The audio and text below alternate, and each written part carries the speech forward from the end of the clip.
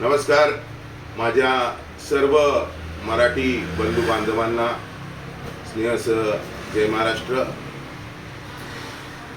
विषय म्हणजे उत्तर मुंबई लोकसभाची निवडणूक आणि महाविकास आघाडी ही सीट लढते आणि ही सीट हक्काची शिवसेनेची असून ती काँग्रेसने लढवली आणि त्याच्यामध्ये पण असं झालं की जिल्हाध्यक्ष 2.5-3 महिने तयारी करत होता आणि कोणतरी गणपत जाऊन तिकीट घेऊन आला मराठी माणसाच्या नावावर। तर आडनाव फक्त शेट्टी, मी मराठी, कारण मी काही कॅनरा पिंटो मधनं बसून गावावरनं आलेलो नाही। इथे दत्तपडा रोडचा जन्म आहे माझा आणि मी पण तेवढंच मराठी आहे जेवढं कोण सावंत किंवा ढोबळे असेल। तर मला पण वाईट वाटतं की मराठी माणसाच्या न्याय हक्कासाठी लढणारी शिवसेना जे माननीय श्रीमान बाळासाहेब ठाकरेंनी त्याची स्थापना केली आणि कितीतरी युद्ध मराठी माणसांनी आपल्या जिद्दवर त्या कोट्यावधी रुपयांच्या समोर जिंकली। तर मला हे वाटतं की मराठी माणसाच्या नावावर राजकारण करून तो गणपत कमीत कमी 4 ते 5 लाख मतांनी पडणार आहे हे सगळ्यांना दिसते, पण कोण काय बोलत नाही।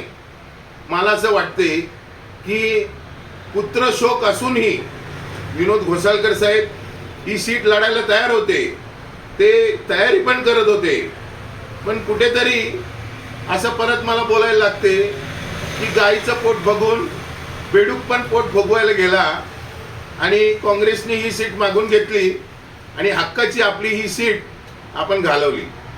घोसाळकर साहेब आणि शिवसेनेची संघटना काना कोपऱ्यामध्ये या उत्तर मुंबईमध्ये पोचलेले घोसाळकर साहेब जे 15 वर्षे ते विभाग प्रमुख होते, तर त्यांचे जिंकण्याचे चान्सेस जास्त की हा गणपत 3 वेळा नगरसेवक पडला, एकदा आमदारकी पडला, चौथा आला, आता खासदारकी लढतोय।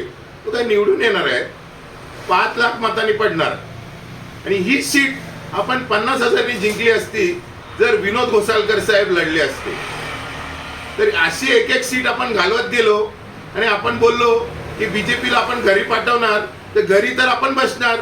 आता घोसाळकर साहेबांना तुम्ही घरी बसवलाय, ते खासदार झाले असते तर ह्याच्यामध्ये MBAचा किंवा शिवसेनेचा किंवा काँग्रेसचा काय फायदा झाला हे मला सांगा।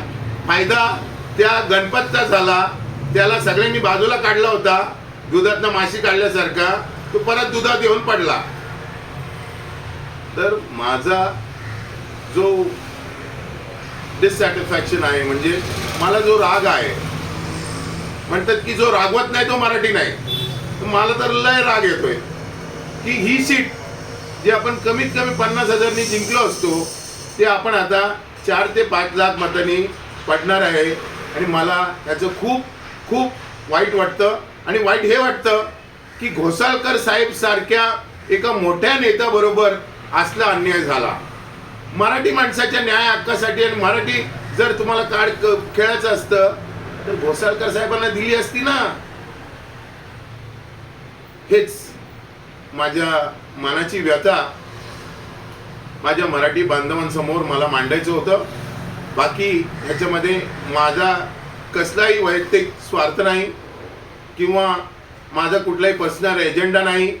आणि घोसाळकर साहेब, तुम्हाला जेवढं वाईट वाटते त्याच्या 10 पटीने मला पण वाईट वाटते, पण करायचं काय, आपल्या हातात काय आहे शेवटी। जय हिंद, जय महाराष्ट्र, जय भीम।